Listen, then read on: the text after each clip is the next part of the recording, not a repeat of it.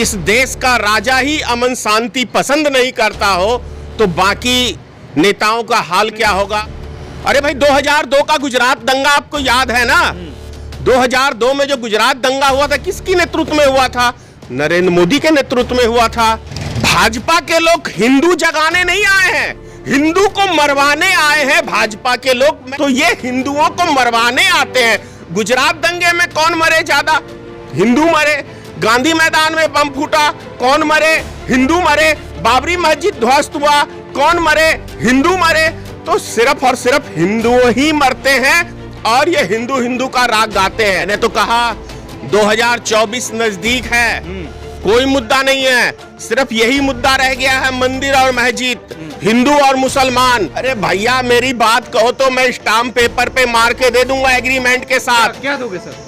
जब तक भारतीय जनता पार्टी सत्ता में रहेगी पूरे देश में दंगे होंगे, इसकी गारंटी। बिल्कुल दंगे होंगे और ज्यादा मरेंगे हिंदू। श्रीलंका से भी बदतर हाल होने वाला है भारत का। और बोलिए, संविधान कहीं ऐसा ना हो कि कहीं अपनी माँ को भी बदल दे। ऐसे व्यक्तियों का कोई विश्वास नहीं है।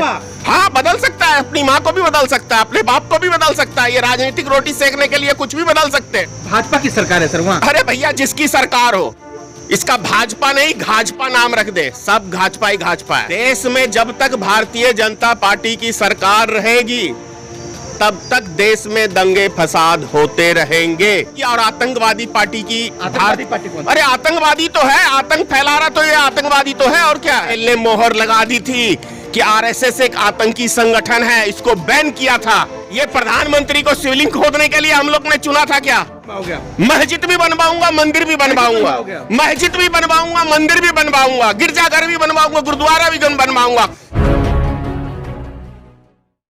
नमस्कार, मैं हूं देव, इसमें आप देख रहे हैं लोकतंत्र टीवी। साथियों, पिछले 4-5 दिनों से कश्मीर का जो माहौल है, जिस तरीके से कश्मीरी पंडित और कश्मीर के लोग पलायन की व्यवस्था फिर से शुरू कर चुके हैं, ठीक उसी तरह 1990 का दौर शुरू हो चुका है। उस समय भी भाजपा की समर्थन की सरकार थी, आज पूर्ण रूप से बीजेपी की सरकार है, लेकिन फिर भी जो है पलायन पर लगाम नहीं लग रहा है। तमाम सरकारें जो है चुप है, नरेंद्र मोदी साहब चुप हैं और गृह मंत्री साहब चुप है, तमाम वो लोग चुप है। लेकिन आज भी कश्मीर की हालात जो है बद से बदतर होती नजर आ रही है। इस वक्त हमारे साथ सोशल एक्टिविस्ट और पॉलिटिकल पार्टी के मुखिया धरेश्वर महतो हमारे साथ मौजूद हैं। महतो जी, क्या लग रहा है? खूब आवाज उठाई आप लोगों ने कश्मीरी पंडितों को लेकर, आज वो दौर फिर से लग रहा है स्टार्ट हो चुका है, 1990 का दौर। तमाम वो बड़े नेता चुप हैं, ऐसे में क्या लग रहा है कि सवाल उठाना चाहिए, आवाज उठानी चाहिए लोगों का? 1990 में जो हालात हुए थे फिर से वो हालात हो गए हैं। उस टाइम में भी अटल बिहारी वाजपेयी जी समर्थन दिए हुए थे बीपी सिंह की सरकार को, यानी भारतीय जनता पार्टी की गठबंधन की सरकार थी। आज भी भारतीय जनता पार्टी की गठबंधन की सरकार केंद्र में चल रही है।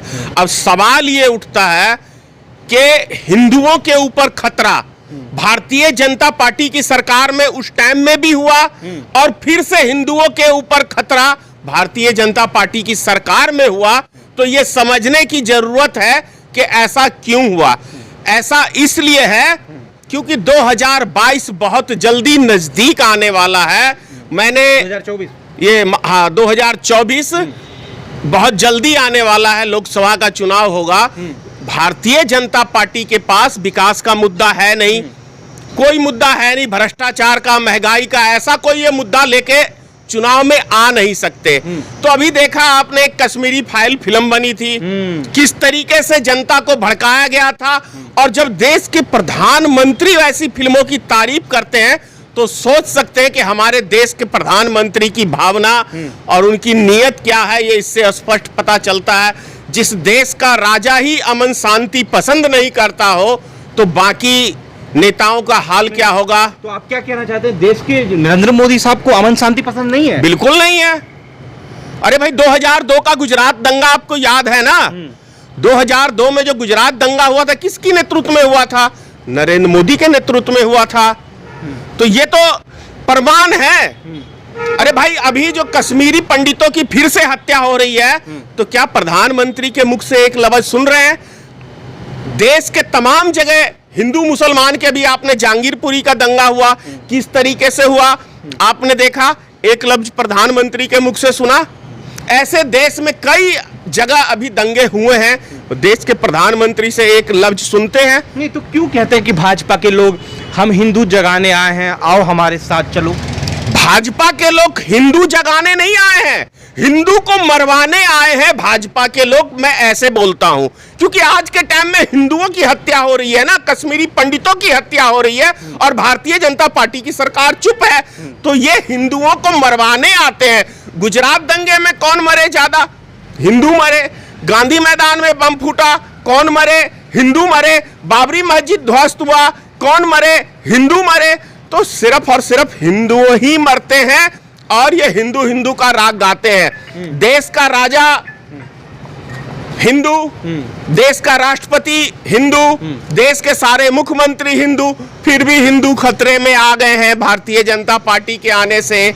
तो क्या है सिस्टम, आप समझ सकते हैं। ज्ञान व्यापी मस्जिद के आगे काफी सारे शंकराचार्य के भक्तों ने भूख हड़ताल कर दिया है कि जब तक रुद्राभिषेक नहीं करेंगे, जल नहीं चढ़ाएंगे, तब तक पीछे नहीं हटेंगे, अन्न नहीं खाएंगे। मैंने तो कहा 2024 नजदीक है, कोई मुद्दा नहीं है, सिर्फ यही मुद्दा रह गया है, मंदिर और मस्जिद, हिंदू और मुसलमान।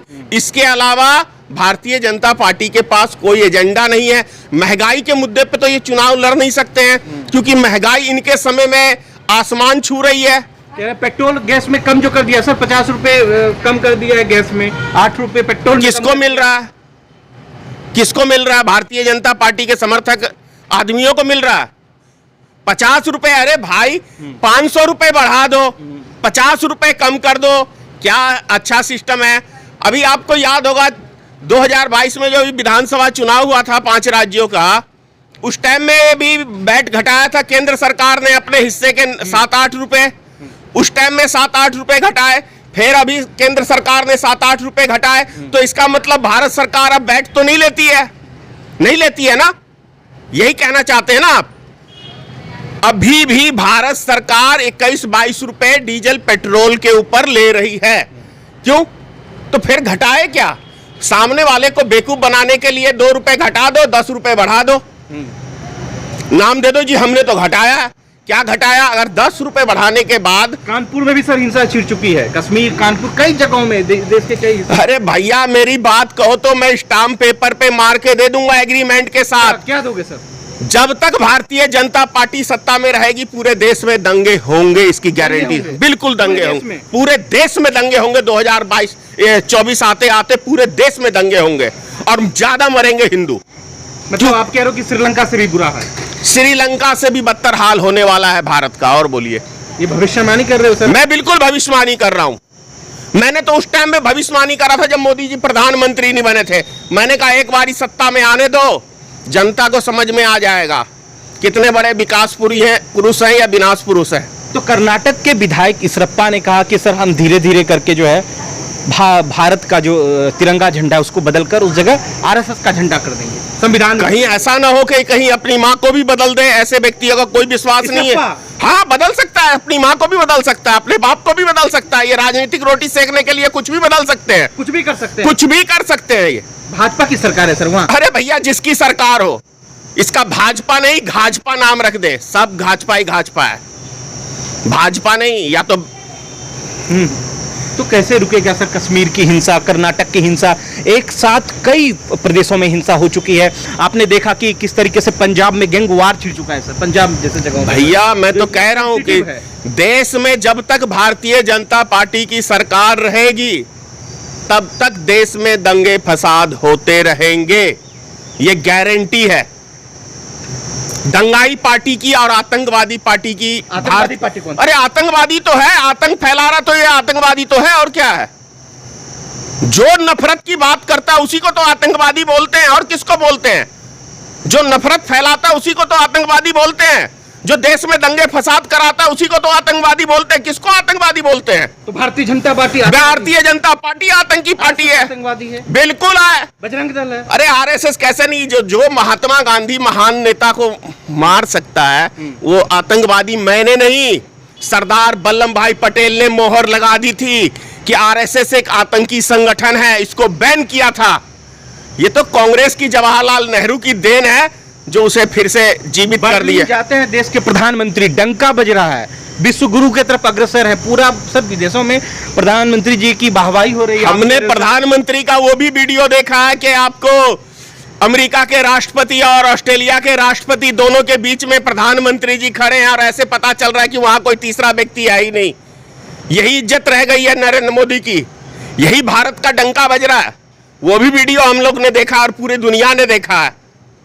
तो छोटी मोटी गलती होती, ये गलती है, ये किसे आप गलती कहेंगे? मिस्टेक कहेंगे जो बाइडेन के द्वारा। सही कह रहे हैं। कैसा डंका बज रहा है, जरा विदेशी मीडिया का भी एक आध न्यूज पढ़ लिया करें और आप लोग दिखाएं कि किस तरह का डंका बज रहा है या थू-थू हो रही है मोदी जी की नीति का। सर, आप सोशल मीडिया कमेंट में आपका बड़ा करते हैं कि धनेश्वर महतो बहुत बोलते हैं भाजपा के खिलाफ। ऐसा लगता है कि भैया मेरी कोई भाजपा से कोई दुश्मनी नहीं है, कोई जमीन जायदाद की झगड़ा नहीं है।